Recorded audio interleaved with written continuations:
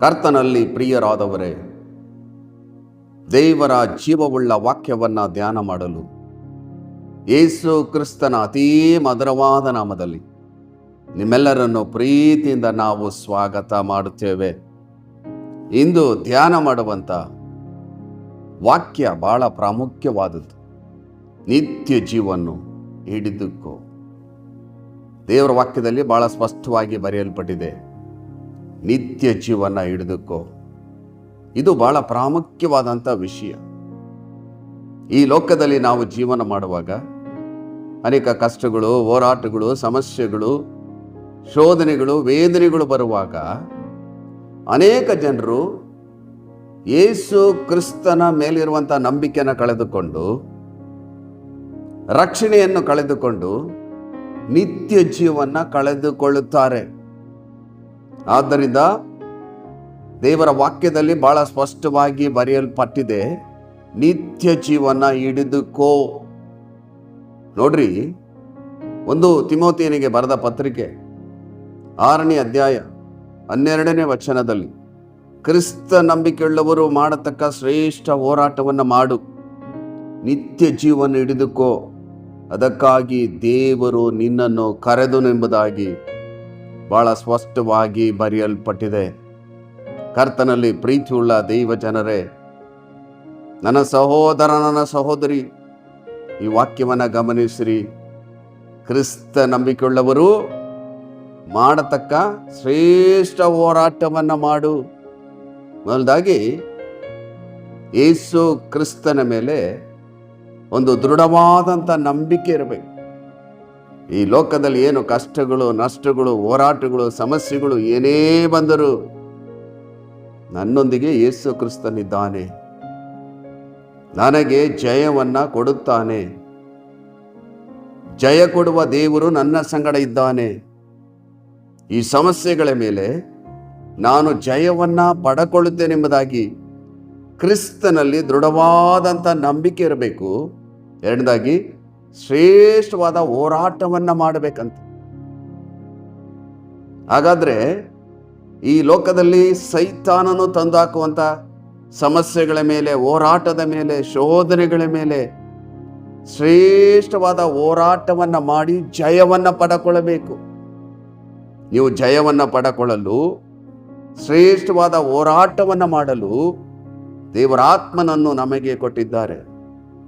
ದೇವರಾತ್ಮನ ಬಲದಿಂದ ತುಂಬಿಸಲ್ಪಟ್ಟವರಾಗಿ, ಅಗ್ನಿ ಅಭಿಷೇಕದಿಂದ ತುಂಬಿಸಲ್ಪಟ್ಟವರಾಗಿ ಈ ಲೋಕದಲ್ಲಿ ಶ್ರೇಷ್ಠವಾದ ಹೋರಾಟವನ್ನು ಮಾಡಿ ಜಯವನ್ನು ಪಡಕೊಳ್ಳಬೇಕೆಂಬುದಾಗಿ ದೇವರ ವಾಕ್ಯ ನಮಗೆ ಬೋಧಿಸ್ತದೆ. ಅನೇಕ ಜನರನ್ನು ನೋಡುವಾಗ ಸಭೆಗೆ ಹೋಗುವುದನ್ನು ನಿಲ್ಲಿಸಿಬಿಟ್ಟಿದ್ದಾರೆ, ರಕ್ಷಣೆಯನ್ನು ಕಳೆದುಕೊಂಡಿದ್ದಾರೆ, ನಿತ್ಯ ಜೀವನ ಕಳೆದುಕೊಂಡಿದ್ದಾರೆ. ಯಾಕೆ ಎಂಬುದಾಗಿ ಕೇಳುವಾಗ ನನಗೆ ತುಂಬ ಕಷ್ಟಗಳು, ಶೋಧನೆಗಳು, ವೇದನೆಗಳು ಬಂದವು, ಹೋಗಿ ಏನು ಪ್ರಯೋಜನ ಎಂಬುದಾಗಿ ಅನೇಕ ಜನರು ಹೇಳುವುದುಂಟು. ಕರ್ತನಲ್ಲಿ ಪ್ರೀತಿಯುಳ್ಳ ದೈವ ಜನರೇ, ನನ್ನ ಸಹೋದರ, ನನ್ನ ಸಹೋದರಿ, ದೇವರ ವಾಕ್ಯದ ಮೂಲಕ ನಿಮ್ಮೊಟ್ಟಿಗೆ ಮಾತನಾಡ್ತಿದ್ದಾರೆ. ಈ ಲೋಕದಲ್ಲಿ ಕಷ್ಟಗಳು, ಸಮಸ್ಯೆಗಳು, ಹೋರಾಟಗಳು, ಶೋಧನೆಗಳು ಬರ್ತವೆ. ಅದರ ಮೇಲೆ ಜಯವನ್ನು ಪಡೆದುಕೊಂಡು ನಿತ್ಯ ಜೀವನ ಹಿಡಿದುಕೊಂಡು ಕ್ರಿಸ್ತ ನಂಬಿಕೆಯನ್ನು ಕಾಪಾಡಿಕೊಂಡು ಕ್ರಿಸ್ತನಿಗಾಗಿ ಜೀವಿಸುವವರು ನಿತ್ಯ ಜೀವದೊಳಗೆ ಸೇರುತ್ತಾರೆ. ಅದಕ್ಕಾಗಿಯೇ ದೇವರ ವಾಕ್ಯದಲ್ಲಿ ಬಹಳ ಸ್ಪಷ್ಟವಾಗಿ ಬರೆಯಲ್ಪಟ್ಟಿದೆ, ಕ್ರಿಸ್ತ ನಂಬಿಕೆಯುಳ್ಳವರು ಮಾಡತಕ್ಕ ಶ್ರೇಷ್ಠ ಹೋರಾಟವನ್ನು ಮಾಡು, ನಿತ್ಯ ಜೀವನ ಹಿಡಿದುಕೋ, ಅದಕ್ಕಾಗಿ ದೇವರು ನಿನ್ನನ್ನು ಕರೆದನು. ಈ ವಾಕ್ಯವನ್ನು ಓದಿ ಧ್ಯಾನಿಸಬೇಕು. ದೇವರು ಯಾತಕ್ಕಾಗಿ ನನ್ನನ್ನು ಕರೆದಿದ್ದಾನೆ ಅದನ್ನ ಮೊದಲು ನೀವು ತಿಳ್ಕೊಳ್ಬೇಕು. ಅನೇಕ ಜನರು ಶೋಧನೆಗಳು, ಕಷ್ಟಗಳು ಬಂದಾಗ ಜಾರಿ ಹೋಗ್ತಾರೆ. ಅದಕ್ಕಾಗಿ ನೀವು ಕ್ರಮವಾಗಿ ವಾಕ್ಯವನ್ನ ಓದಿ ಧ್ಯಾನಿಸಿ ತಿಳಿದುಕೊಂಡು ದೇವರಲ್ಲಿ ದೃಢವಾಗಿದ್ದುಕೊಂಡು ಈ ಲೋಕದಲ್ಲಿ ಬರುವಂಥ ಎಲ್ಲ ಶೋಧನೆಗಳ ಮೇಲೆ, ಹೋರಾಟದ ಮೇಲೆ ನೀವು ಜಯವನ್ನು ಪಡೆದುಕೊಳ್ಳುವಾಗ ಮಾತ್ರ ನಿತ್ಯ ಜೀವದೊಳಗೆ ಸೇರಲು ಸಾಧ್ಯ ಎಂಬುದಾಗಿ ದೇವರ ವಾಕ್ಯ ಬೋಧಿಸ್ತದೆ. ಕರ್ತನಲ್ಲಿ ಪ್ರೀತಿಯುಳ್ಳ ದೈವ ಜನರೇ, ನನ್ನ ಸಹೋದರ, ನನ್ನ ಸಹೋದರಿ, ಈ ಲೋಕದಲ್ಲಿ ನಾವು ಜೀವನ ಮಾಡುವಾಗ ಪ್ರತಿಯೊಬ್ಬರಿಗೂ ಕಷ್ಟಗಳು, ಸಮಸ್ಯೆಗಳು, ಹೋರಾಟಗಳು, ಪಾಡುಗಳು ಎಲ್ಲವೂ ಬರ್ತದೆ. ಆದರೆ ಒಂದನ್ನು ಮಾತ್ರ ನೀವು ತಿಳ್ಕೊಂಡಿರಬೇಕು, ಇದೆಲ್ಲದರ ಮೇಲೆ ದೇವರು ಜಯವನ್ನ ಇಟ್ಟಿದ್ದಾರೆ. ಹಲ್ಲೆಲೂಯಾ. ದೇವರ ಪರಿಶುದ್ಧವಾದ ನಾಮಕ್ಕೆ ಸ್ತೋತ್ರವಾಗಲಿ. ಇದೆಲ್ಲದರ ಮೇಲೆ ಜಯವನ್ನ ಪಡೆಕೊಳ್ಳಲು ದೇವರು ನಿಮ್ಮ ಸಂಗಡ ಇದ್ದಾರೆ. ನೀವು ದೇವರಾತ್ಮನ ತುಂಬಿಸಲ್ಪಟ್ಟವರಾಗಿ ಎಡಬಿಡದೆ ಪ್ರಾರ್ಥನೆ ಮಾಡುತ್ತಾ, ದೇವರ ಆಜ್ಞೆಗಳನ್ನು ಕೈಗೊಂಡು ನಡೆಯುತ್ತಾ, ಈ ಲೋಕದಲ್ಲಿ ಬರುವಂತ ಎಲ್ಲ ಹೋರಾಟದ ಮೇಲೆ ಜಯವನ್ನ ಪಡೆಕೊಳ್ಳಬೇಕು. ಆ ಜಯವನ್ನ ಪಡೆಕೊಂಡಂತ ವ್ಯಕ್ತಿ ನಿತ್ಯ ಜೀವದೊಳಗೆ ಸೇರುತ್ತಾನೆ. ಹಲ್ಲೆಲೂಯ. ನೀವು ನಿಮಗಿರುವಂಥ ಕಷ್ಟಗಳನ್ನು ನೋಡಿ, ಸಮಸ್ಯೆಗಳನ್ನು ನೋಡಿ, ಶೋಧನೆಗಳು ನೋಡಿ ವೇದನೆ ಪಡ್ತಿದ್ದೀರೋ, ದೇವರು ನಿಮಗೆ ಜಯವನ್ನು ಇಟ್ಟಿದ್ದಾರೆ. ದೇವರ ಮಕ್ಕಳಿಗೆ ದೇವರು ಜಯವನ್ನು ಇಟ್ಟಿದ್ದಾರೆ. ಅದನ್ನು ಮೊದಲು ನೀವು ತಿಳ್ಕೊಳ್ಬೇಕು. ಯಾವುದೇ ಕಾರಣಕ್ಕೂ ನಂಬಿಕೆಯನ್ನು ಕಳಕೊಳ್ಳಬಾರದು. ನೋಡ್ರಿ ಪ್ರಿಯರೇ, ಇಬ್ರಿಯರಿಗೆ ಬರೆದ ಪತ್ರಿಕೆ 10ನೇ ಅಧ್ಯಾಯ 38ನೇ ವಚನದಲ್ಲಿ, ಆದರೆ ನನ್ನವನಾಗಿರುವ ನೀತಿವಂತನು ನಂಬಿಕೆಯಿಂದಲೇ ಬದುಕುವನು. ಅವನು ಹಿಂದೆ ಗೆದ್ದರೆ ಅವನಲ್ಲಿ ನನಗೆ ಸಂತೋಷವಿರುವುದಿಲ್ಲ ಎಂಬುದಾಗಿ ಬರೆಯಲ್ಪಟ್ಟಿದೆ. ದೇವರ ಮಕ್ಕಳು ನಂಬಿಕೆಯನ್ನು ಕಳಕೊಳ್ಳಬಾರದು. ಅದಕ್ಕಾಗಿಯೇ ದೇವರು ವಾಕ್ಯದ ಮೂಲಕ ನಮ್ಮೊಟ್ಟಿಗೆ ಮಾತನಾಡ್ತಾರೆ. ಆದರೆ ನನ್ನವನಾಗಿರುವ ನೀತಿವಂತನು ನಂಬಿಕೆಯಿಂದಲೇ ಬದುಕುವನು. ನಂಬಿಕೆಯನ್ನು ಕಳೆದುಕೊಂಡ್ರೆ ಅವನು ಬದುಕಲು ಆಗುವುದಿಲ್ಲ. ದೇವರ ಮಕ್ಕಳಲ್ಲಿ ನಂಬಿಕೆ ಇರಬೇಕು. ಏನೇ ಸಮಸ್ಯೆಗಳು, ಹೋರಾಟಗಳು, ಶೋಧನೆಗಳು ಬಂದರು, ದೇವರು ನನ್ನ ಸಂಗಡ ಇದ್ದಾರೆ. ಈ ಶೋಧನೆಯಲ್ಲಿ, ಹೋರಾಟದಲ್ಲಿ, ಕಷ್ಟದಲ್ಲಿ ನಾನು ಇರುವುದಿಲ್ಲ. ನನಗೆ ದೇವರು ಜಯವನ್ನು ಇಟ್ಟಿದ್ದಾರೆ. ನನ್ನ ಜೀವನ ಇದ್ದಾಗಿ ಇರುವುದಿಲ್ಲ. ದೇವರು ನನ್ನ ಸಂಗಡ ಇದ್ದಾರೆ. ಜಯ ಕೊಡುವ ದೇವರು ನನ್ನ ಸಂಗಡ ಇದ್ದಾರೆ ಎಂಬುದಾಗಿ ನಂಬಬೇಕು. ನೀವು ನಂಬಿಕೆಯನ್ನು ಕಳಕೊಂಡ್ರೆ, ಹಿಂದೆಗೆದರೆ ಅವನಲ್ಲಿ ನನಗೆ ಸಂತೋಷವಿರುವುದಿಲ್ಲ ಎಂಬುದಾಗಿ ಬರೆಯಲ್ಪಟ್ಟಿದೆ. ನೀವು ನಂಬಿಕೆಯನ್ನು ಕಳಕೊಂಡಾಗ ದೇವರು ದುಃಖ ಪಡ್ತಾರೆ. ಒಬ್ಬ ವ್ಯಕ್ತಿ ನಂಬಿಕೆಯನ್ನು ಕಳಕೊಂಡಾಗ ಏನನ್ನು ಮಾಡಲು ಆಗುವುದಿಲ್ಲ. ಕರ್ತನಲ್ಲಿ ಪ್ರೀತಿಯುಳ್ಳ ದೈವ ಜನರೇ, ನನ್ನ ಸಹೋದರ, ನನ್ನ ಸಹೋದರಿ, ನಂಬಿಕೆಯನ್ನು ಕಳಕೊಳ್ಳಬೇಡ್ರಿ. ಕಷ್ಟದ ಮಧ್ಯದಲ್ಲಿ, ಹೋರಾಟದ ಮಧ್ಯದಲ್ಲಿ, ಶೋಧನೆಯ ಮಧ್ಯದಲ್ಲಿ ಯಾಕಿದೆಲ್ಲ ಬಂತು ಎಂಬುದಾಗಿ ಯೋಚಿಸಿ, ಚಿಂತಿಸಿ ನಂಬಿಕೆಯನ್ನು ಕಳಕೊಳ್ಳಬೇಡ್ರಿ. ಅವೆಲ್ಲದರ ಮೇಲೆ ದೇವರು ಜಯವನ್ನು ಇಟ್ಟಿದ್ದಾರೆ ಎಂಬುದಾಗಿ ನೀವು ನಂಬಬೇಕು. ದೇವರ ಮಕ್ಕಳು ನಂಬಿಕೊಂಡಿರಬೇಕು, ಧೈರ್ಯದಿಂದಿರಬೇಕು. ಈ ಶೋಧನೆ ಮೇಲೆ ನಾನು ಜಯವನ್ನು ಪಡೆಕೊಳ್ಳುತ್ತೇನೆ. ಲೋಕದಲ್ಲಿರುವವನಿಗಿಂತಲೂ ನನ್ನಲ್ಲಿರುವ ಆತನು ಹೆಚ್ಚಿನವನು. ದೇವರ ಆತ್ಮನು ನನ್ನಲ್ಲಿದ್ದಾನೆ. ಯೇಸು ಕ್ರಿಸ್ತ ನನ್ನ ಜೊತೆಯಲ್ಲಿದ್ದಾರೆ ಎಂಬುದಾಗಿ ನೀವು ಧೈರ್ಯವಾಗಿರಬೇಕು. ಮಾತ್ರವಲ್ಲದೆ ದೇವರ ಚಿತ್ತವನ್ನು ನೆರವೇರಿಸಿ ವಾಗ್ದಾನ ಫಲವನ್ನು ಹೊಂದಬೇಕಾದ್ರೆ ನಿಮಗೆ ತಾಳ್ಮೆ ಬೇಕು.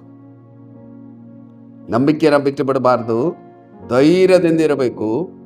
ದೇವರ ಸನ್ನಿಧಿಯಲ್ಲಿ ತಾಳ್ಮೆಯಿಂದ ಇರಬೇಕು. ಈ ರೀತಿಯಾಗಿ ನೀವು ಜೀವನ ಮಾಡುವಾಗ ಈ ಲೋಕದಲ್ಲಿ ಬರುವಂತ ಎಲ್ಲ ಹೋರಾಟದ ಮೇಲೆ ನೀವು ಜಯವನ್ನ ಪಡೆಕೊಳ್ಳುತ್ತೀರಾ. ಕರ್ತನಲ್ಲಿ ಪ್ರೀತಿಯುಳ್ಳ ದೈವ ಜನರೇ, ನನ್ನ ಸಹೋದರ, ನನ್ನ ಸಹೋದರಿ, ಅನೇಕ ಹೋರಾಟಗಳ ಮಧ್ಯದಲ್ಲಿ, ಕಷ್ಟಗಳ ಮಧ್ಯದಲ್ಲಿ ನೀವು ಜೀವನ ಮಾಡ್ತಿರಬಹುದು. ನಂಬಿಕೆಯನ್ನ ಕಳಕೊಳ್ಳಬೇಡ್ರಿ, ತಾಳ್ಮೆಯನ್ನ ಕಳಕೊಳ್ಳಬೇಡ್ರಿ, ಧೈರ್ಯವನ್ನ ಕಳಕೊಳ್ಳಬೇಡ್ರಿ. ಕ್ರಿಸ್ತನು ನಿಮ್ಮ ಸಂಗಡ ಇದ್ದಾನೆ. ಆತನು ಯುಗದ ಸಮಾಪ್ತಿಯವರೆಗೂ ಎಲ್ಲ ದಿವಸ ನಾನು ನಿಮ್ಮ ಸಂಗಡ ಇರುತ್ತೇನೆ ಎಂಬುದಾಗಿ ಹೇಳಿದ ದೇವರು ನಿಮ್ಮ ಸಂಗಡ ಇದ್ದಾನೆ. ನಿಮಗೆ ಜಯವನ್ನು ಕೊಡುತ್ತಾನೆ, ಬಿಡುಗಡೆಯನ್ನು ಕೊಡುತ್ತಾನೆ, ಆಶೀರ್ವಾದವನ್ನು ಕೊಡುತ್ತಾನೆ, ಅಭಿವೃದ್ಧಿಯನ್ನು ಕೊಡುತ್ತಾನೆ, ನಿಮ್ಮನ್ನು ಸಾಕ್ಷಿಯಾಗಿ ನಿಲ್ಲಿಸ್ತಾನೆ. ನೀವು ಪ್ರಾಮುಖ್ಯವಾಗಿ ಈ ಹೋರಾಟಗಳ ಮಧ್ಯದಲ್ಲಿ ನಿತ್ಯ ಜೀವನ ಕಳಕೊಳ್ಳಬಾರದು. ನಿತ್ಯ ಜೀವನ ಹಿಡಿದುಕೊಳ್ಳಬೇಕು, ನಂಬಿಕೆಯನ್ನು ಕಾಪಾಡಿಕೊಳ್ಳಬೇಕು. ಇದು ಬಹಳ ಪ್ರಾಮುಖ್ಯವಾದಂಥ ವಿಷಯವಾಗಿದೆ. ನೋಡ್ರಿ ಪ್ರಿಯರೇ, 2 ತಿಮೋಥೆಯನಿಗೆ ಬರೆದ ಪತ್ರಿಕೆ 3ನೇ ಅಧ್ಯಾಯ 12ನೇ ವಚನದಲ್ಲಿ, ಕ್ರಿಸ್ತ ಯೇಸುವಿನಲ್ಲಿ ಸದ್ಭಕ್ತರಾಗಿ ಜೀವಿಸುವುದಕ್ಕೆ ಮನಸ್ಸು ಮಾಡುವವರೆಲ್ಲರೂ ಹಿಂಸೆಗೆ ಒಳಗಾಗುವರು. ವಾಕ್ಯವನ್ನು ಗಮನಿಸ್ರಿ. ಕ್ರಿಸ್ತನಲ್ಲಿ ಸದ್ಭಕ್ತರಾಗಿ ಜೀವಿಸುವುದಕ್ಕೆ ಮನಸ್ಸು ಮಾಡುವವರೆಲ್ಲರೂ ಹಿಂಸೆಗೆ ಒಳಗಾಗುವರು. ಅನೇಕ ಹಿಂಸೆಗಳು, ಹೋರಾಟಗಳು, ಕಷ್ಟಗಳು, ನಷ್ಟಗಳು ಬರುತ್ತವೆ. ಯಾಕೆ ಬರ್ತವೆ? ಸೈತಾನನು ಹಿಂಸೆಗಳನ್ನು, ಹೋರಾಟಗಳನ್ನು, ಶೋಧನೆಗಳನ್ನು ಯಾಕೆ ತರ್ತಾನೆ? ನಿಮಗೆ ಕೊಟ್ಟಿರುವಂಥ ರಕ್ಷಣೆಯನ್ನು ನೀವು ಕಳ್ಕೊಳ್ಳಬೇಕು, ನಿತ್ಯ ಜೀವನ ಕಳ್ಕೊಳ್ಳಬೇಕೆಂಬುದಾಗಿ ಅನೇಕ ಹೋರಾಟಗಳನ್ನು ತರುತ್ತಾನೆ. ಕ್ರಿಸ್ತನಲ್ಲಿ ಸದ್ಭಕ್ತರಾಗಿ ಜೀವಿಸುವಾಗ ನಿಮಗೆ ಹಿಂಸೆಗಳು ಬರ್ತವೆ. ಅವಾಗ ಏನು ಮಾಡಬೇಕು? ನೀವು ಅದರ ಮೇಲೆ ಶ್ರೇಷ್ಠವಾದ ಹೋರಾಟವನ್ನು ಮಾಡಿ ಜಯವನ್ನು ಪಡೆದುಕೊಳ್ಳಬೇಕು. ಎಡಬಿಡದೆ ಪ್ರಾರ್ಥಿಸಿ, ಆರಾಧಿಸಿ, ದೇವರಾತ್ಮನ ತುಂಬಿಸಲ್ಪಟ್ಟವರಾಗಿ ಜಯವನ್ನು ಪಡೆದುಕೊಳ್ಳಬೇಕು. ನೀವು ತಿಳ್ಕೊಂಡಿರಬೇಕು, ನನಗೆ ಜಯ ಉಂಟು. ಕ್ರಿಸ್ತನ ಮಕ್ಕಳಿಗೆ ಜಯದ ಮೇಲೆ ಜಯ ಉಂಟು. ನಿಮ್ಮ ಜೀವಿತ ಇದ್ದ ಹಾಗೆ ಇರುವುದಿಲ್ಲ. ನಿಮಗೆ ದೇವರು ಜಯವನ್ನು ಇಟ್ಟಿದ್ದಾರೆ. ಹಾಗಾದ್ರೆ ದೇವರು ವಾಕ್ಯದ ಮೂಲಕ ನಿಮ್ಮೊಟ್ಟಿಗೆ ಮಾತನಾಡುವಾಗ ನಿತ್ಯ ಜೀವನ ಕಳಕೊಳ್ಳಬೇಡ್ರಿ. ಇದು ಬಹಳ ಪ್ರಾಮುಖ್ಯವಾದಂಥ ವಿಷಯವಾಗಿದೆ. ಅನೇಕ ಜನರು ಸೋತು ಹೋಗ್ತಾರೆ, ಅನೇಕ ಜನರು ವೇದನೆ ಪಡ್ತಾರೆ, ಅನೇಕ ಜನರು ಚಿಂತೆ ಮಾಡಿ ಮಾಡಿ ನಂಬಿಕೆನ ಕಳ್ಕೊಳ್ಳುತ್ತಾರೆ. ಶೋಧನೆಗಳು ಬರುವಾಗಲೇ, ಕಷ್ಟಗಳು ಬರುವಾಗಲೇ ತಿಳ್ಕೊಳ್ಬೇಕು, ಇದರ ಮೇಲೆ ದೇವರು ನನಗೆ ಜಯವನ್ನು ಇಟ್ಟಿದ್ದಾರೆ. ನಾನು ಇದರ ಮೇಲೆ ಶ್ರೇಷ್ಠವಾದ ಹೋರಾಟವನ್ನು ಮಾಡ್ತೇನೆ, ನಿತ್ಯ ಜೀವನ ಹಿಡುಕೊಳ್ಳುತ್ತೇನೆ ಎಂಬುದಾಗಿ ನೀವು ನಂಬಿಕೊಂಡು ಈ ಲೋಕದಲ್ಲಿ ಜೀವಿಸಬೇಕು. ನೋಡ್ರಿ ಪ್ರಿಯರೇ, ಯೋಹಾನ ಬರೆದ ಸುವಾರ್ತೆ 16ನೇ ಅಧ್ಯಾಯ 33ನೇ ವಚನದಲ್ಲಿ, ನೀವು ನನ್ನಲ್ಲಿದ್ದು ಮನಃಶಾಂತಿಯನ್ನು ಹೊಂದಿದವರಾಗಿರಬೇಕೆಂದು ಇದನ್ನೆಲ್ಲ ನಿಮಗೆ ಹೇಳಿದ್ದೇನೆ. ಲೋಕದಲ್ಲಿ ನಿಮಗೆ ಸಂಕಟ ಉಂಟು, ಧೈರ್ಯವಾಗಿರ್ರಿ, ನಾನು ಲೋಕವನ್ನೇ ಜಯಿಸಿದ್ದೇನೆ ಎಂದು ಹೇಳಿದನೆಂಬುದಾಗಿ ಬಹಳ ಸ್ಪಷ್ಟವಾಗಿ ಬರೆಯಲ್ಪಟ್ಟಿದೆ. ಯೇಸು ಸ್ವಾಮಿ ಹೇಳ್ತಾ ಇದ್ದಾರೆ, ನೀವು ನನ್ನಲ್ಲಿದ್ದು ಮನಃಶಾಂತಿಯನ್ನು ಹೊಂದಿದವರಾಗಿರಬೇಕೆಂದು ಇದನ್ನೆಲ್ಲ ನಿಮಗೆ ಹೇಳಿದ್ದೇನೆ. ಲೋಕದಲ್ಲಿ ನಿಮಗೆ ಸಂಕಟ ಉಂಟು. ಈ ಲೋಕದಲ್ಲಿ ಎಲ್ಲರಿಗೂ ಸಂಕಟ ಉಂಟು. ಅದರ ದೇವರು ಏನು ಹೇಳಿದ್ದಾರೆ? ಧೈರ್ಯವಾಗಿರ್ರಿ, ನಾನು ಲೋಕವನ್ನೇ ಜಯಿಸಿದ್ದೇನೆ ಎಂಬುದಾಗಿ ಯೇಸು ಸ್ವಾಮಿ ಹೇಳ್ತಾ ಇದ್ದಾರೆ. ಲೋಕವನ್ನೇ ಜಯಿಸಿದಂಥ ದೇವರು ನಮ್ಮ ಸಂಗಡ ಇರುವುದರಿಂದ ನಮಗೆ ಜಯ ಉಂಟು. ನೀವು ತಿಳ್ಕೊಂಡಿರಬೇಕು, ನನಗೆ ಜಯ ಉಂಟು, ನನಗೆ ಬಿಡುಗಡೆ ಉಂಟು, ನನಗೆ ಆಶೀರ್ವಾದ ಉಂಟು, ನನಗೆ ಅಭಿವೃದ್ಧಿ ಉಂಟು. ಈ ಲೋಕದಲ್ಲಿ ಏನೇ ಶೋಧನೆಗಳು, ಹೋರಾಟಗಳು ಬಂದರೂ ಅದರ ಮೇಲೆ ದೇವರು ನನಗೆ ಜಯವನ್ನು ಇಟ್ಟಿದ್ದಾರೆ ಎಂಬುದಾಗಿ ಧೈರ್ಯವಾಗಿ ಕ್ರಿಸ್ತನಲ್ಲಿ ಜೀವಿಸಬೇಕು. ನಂಬಿಕೆಯನ್ನು ಕಳ್ಕೊಳ್ಳಬಾರದು. ಈ ಕಷ್ಟಗಳ ಮಧ್ಯದಲ್ಲಿ, ಹೋರಾಟಗಳ ಮಧ್ಯದಲ್ಲಿ, ಸಮಸ್ಯೆಗಳ ಮಧ್ಯದಲ್ಲಿ ನಂಬಿಕೆಯನ್ನು ಕಳ್ಕೊಳ್ಳಬಾರದು. ಅದಕ್ಕಾಗಿ ಯೇಸು ಸ್ವಾಮಿ ಹೇಳ್ತಾರೆ, ನೀವು ನನ್ನಲ್ಲಿದ್ದು ಮನಃಶಾಂತಿಯನ್ನು ಹೊಂದಿದವರಾಗಿರಬೇಕು. ನಂಬಿಕೊಂಡಿರುವವನು ಕ್ರಿಸ್ತನಲ್ಲಿ ಇರ್ತಾನೆ. ಕ್ರಿಸ್ತನಲ್ಲಿರುವವನು ಮನಃಶಾಂತಿಯನ್ನು ಹೊಂದಿಕೊಳ್ಳುತ್ತಾನೆ. ಅವನು ಸಮಸ್ಯೆಗಳ ಮೇಲೆ ಜಯವನ್ನು ಪಡೆದುಕೊಳ್ಳುತ್ತಾನೆ. ಕರ್ತನಲ್ಲಿ ಪ್ರೀತಿಯುಳ್ಳ ದೇವ ಜನರೇ, ನನ್ನ ಸಹೋದರ, ನನ್ನ ಸಹೋದರಿ, ಈ ಹೋರಾಟದಲ್ಲಿರಬಹುದು, ಕಷ್ಟದಲ್ಲಿರಬಹುದು, ವೇದಲ್ಲಿರಬಹುದು, ದೇವರು ಈ ವಾಕ್ಯದ ಮೂಲಕ ನಿಮ್ಮೊಟ್ಟಿಗೆ ಮಾತನಾಡ್ತಿದ್ದಾರೆ. ನಿಮಗೆ ದೇವರು ಜಯವನ್ನು ಇಟ್ಟಿದ್ದಾರೆ. ದೇವರು ನಿಮಗೆ ಜಯವನ್ನು ಇಟ್ಟಿದ್ದಾರೆ. ಎಲ್ಲ ವಿಧವಾದ ಆಶೀರ್ವಾದಗಳು ನಿಮಗೆ ಇಟ್ಟಿದ್ದಾರೆ. ಈ ಕಷ್ಟದ ಮಧ್ಯದಲ್ಲಿ, ಹೋರಾಟದ ಮಧ್ಯದಲ್ಲಿ ಕರ್ತನ ಮೇಲೆ ಇರುವಂಥ ನಂಬಿಕೆನ ಕಳ್ಕೊಳ್ಳಬೇಡ್ರಿ. ನಿತ್ಯ ಜೀವನ ಕಳ್ಕೊಳ್ಳಬೇಡ್ರಿ. ನಿತ್ಯ ಜೀವನ ಬಿಗಿಯಾಗಿ ಹಿಡಿದುಕೊಳ್ಳ್ರಿ. ನಂಬಿಕೆಯಲ್ಲಿ ದೃಢವಾಗಿರ್ರಿ. ಆರಾಧನೆ ಮಾಡುವುದನ್ನು ನಿಲ್ಲಿಸಬೇಡ್ರಿ. ಪ್ರಾರ್ಥನೆ ಮಾಡುವುದನ್ನು ನಿಲ್ಲಿಸಬೇಡ್ರಿ. ದೇವರ ವಾಕ್ಯವನ್ನು ಓದಿ ಧ್ಯಾನಿಸುವುದನ್ನು ನಿಲ್ಲಿಸಬೇಡ್ರಿ. ಸಭೆಗೆ ಹೋಗುವುದನ್ನು ನಿಲ್ಲಿಸಬೇಡ್ರಿ. ಒಂದು ವೇಳೆ ನೀವು ಸೇವೆ ಮಾಡ್ತಿರ್ಬೋದು, ಸೇವೆ ಮಾಡುವುದನ್ನು ನಿಲ್ಲಿಸಬೇಡ್ರಿ. ಕರ್ತನಿಗಾಗಿ ಜೀವಿಸಿರಿ. ನಿತ್ಯ ಜೀವನ ಹಿಡಿದುಕೊಳ್ಳ್ರಿ. ನೀವು ತಿಳ್ಕೊಂಡಿರಬೇಕು, ನನಗೆ ಜಯ ಉಂಟು, ನನಗೆ ಆಶೀರ್ವಾದ ಉಂಟು ಎಂಬುದಾಗಿ ತಿಳಿದುಕೊಂಡು ಆ ನಿತ್ಯ ಜೀವನ ಕಳಕೊಳ್ಳದೆ ಈ ಲೋಕದಲ್ಲಿ ಜೀವಿಸುವ ದಿನವೆಲ್ಲವೂ ದೇವರೊಟ್ಟಿಗೆ ನಡೆಯುತ್ತಾ ನಂಬಿಕೆಯಲ್ಲಿ ದೃಢವಾಗಿ ನಿಂತುಕೊಂಡು ನಿತ್ಯ ಜೀವನ ಹಿಡಿದುಕೊಂಡಿರಬೇಕೆಂಬುದಾಗಿ ದೇವರು ಈ ವಾಕ್ಯದ ಮೂಲಕ ನಿಮ್ಮೊಟ್ಟಿಗೆ ಮಾತನಾಡ್ತಿದ್ದಾರೆ.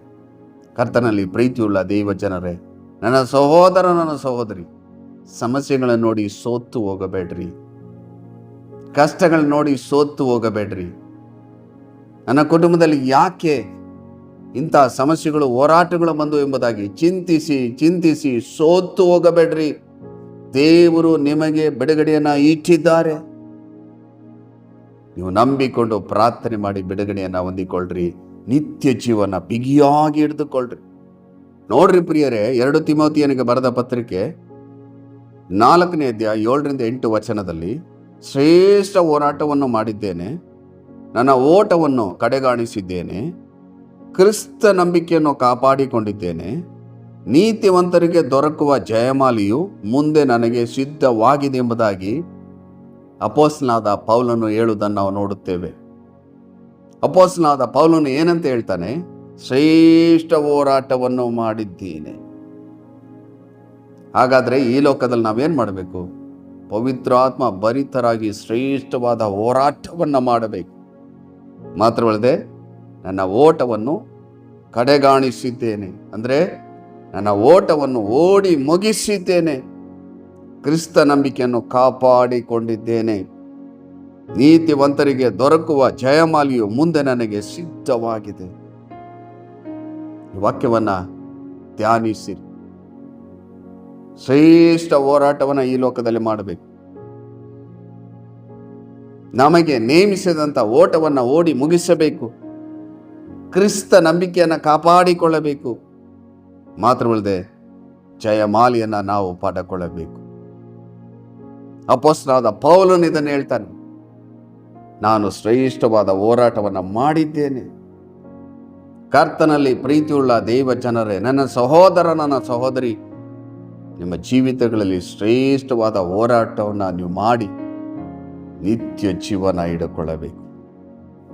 ಈ ಲೋಕದಲ್ಲಿ ಬರುವಂಥ ಹೋರಾಟದ ಮಧ್ಯದಲ್ಲಿ ನಿತ್ಯ ಜೀವನ ಕಳಕೊಳ್ಳಬಾರದು.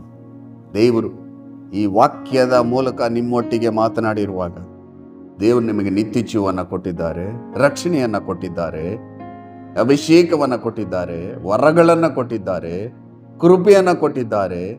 ದೇವರು ನಿಮ್ಮ ಸಂಗಡ ಇದ್ದಾರೆ. ಇದನ್ನು ತಿಳಿದುಕೊಂಡು ನಿಮಗೆ ಬರುವಂಥ ಹೋರಾಟದ ಮೇಲೆ, ಶೋಧನೆ ಮೇಲೆ ಜಯವನ್ನು ಪಡೆದುಕೊಂಡು ನಿತ್ಯ ಜೀವನ ಹಿಡಿದುಕೊಳ್ಳಬೇಕೆಂಬುದಾಗಿ ದೇವರು ಈ ವಾಕ್ಯದ ಮೂಲಕ ನಿಮ್ಮೊಟ್ಟಿಗೆ ಮಾತನಾಡಿರುವಾಗ ಈ ವಾಕ್ಯವನ್ನು ಧ್ಯಾನಿಸಿ ಈ ಲೋಕದ ಜೀವಿತವೆಲ್ಲ ನಿತ್ಯ ಜೀವನ ಕಳಕೊಳ್ಳದೆ ಬಿಗಿಯಾಗಿ ಹಿಡಿದುಕೊಳ್ಳಿ.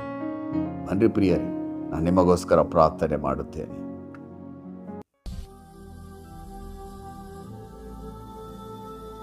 ನಮ್ಮನ್ನು ಅತಿಶಯವಾಗಿ ಪ್ರೀತಿ ಮಾಡುವಂಥ ನಮ್ಮ ಪರಲೋಕದ ತಂದೆಯಾದ ದೇವರೇ, ಜೀವವುಳ್ಳ ವಾಕ್ಯವನ್ನು ಧ್ಯಾನ ಮಾಡಿದ್ದೇವೆ. ಎಷ್ಟು ಜನರು ಹೋರಾಟದ ಮಧ್ಯದಲ್ಲಿ, ಕಷ್ಟದ ಮಧ್ಯದಲ್ಲಿ, ಸಮಸ್ಯೆಗಳ ಮಧ್ಯದಲ್ಲಿ ನಂಬಿಕೆಯನ್ನು ಕಳೆದುಕೊಂಡು ಹಿಂಜಾರಿ ಹೋಗಿದ್ದಾರೋ, ಈ ವಾಕ್ಯವನ್ನು ಕೇಳಿಸಿಕೊಂಡು ನನ್ನೊಟ್ಟಿಗೆ ಸೇರಿ ಪ್ರಾರ್ಥನೆ ಮಾಡ್ತಿದ್ದರೋ, ನಂಬಿಕೆಯನ್ನು ಹುಟ್ಟಿಸಿ ಪೂರೈಸಿರಿ. ಮಾತ್ರವಿಲ್ಲದೆ ನಿನ್ನ ವಾಕ್ಯದಲ್ಲಿ ಬೇರೂರಿ ನಿಲ್ಲುವಂಥ ಕೃಪೆ ಕೊಡ್ರಿ.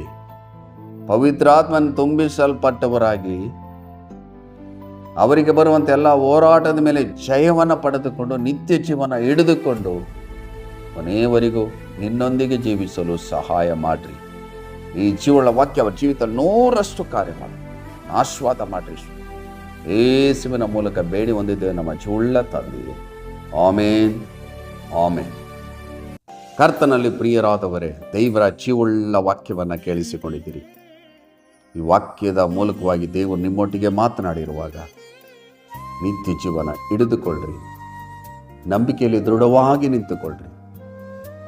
ಈ ಲೋಕದಲ್ಲಿ ಬರುವಂಥ ಎಲ್ಲ ಹೋರಾಟದ ಮೇಲೆ, ಸಮಸ್ಯೆಗಳ ಮೇಲೆ ದೇವರು ನಿಮಗೆ ಜಯವನ್ನು ಇಟ್ಟಿದ್ದಾರೆ.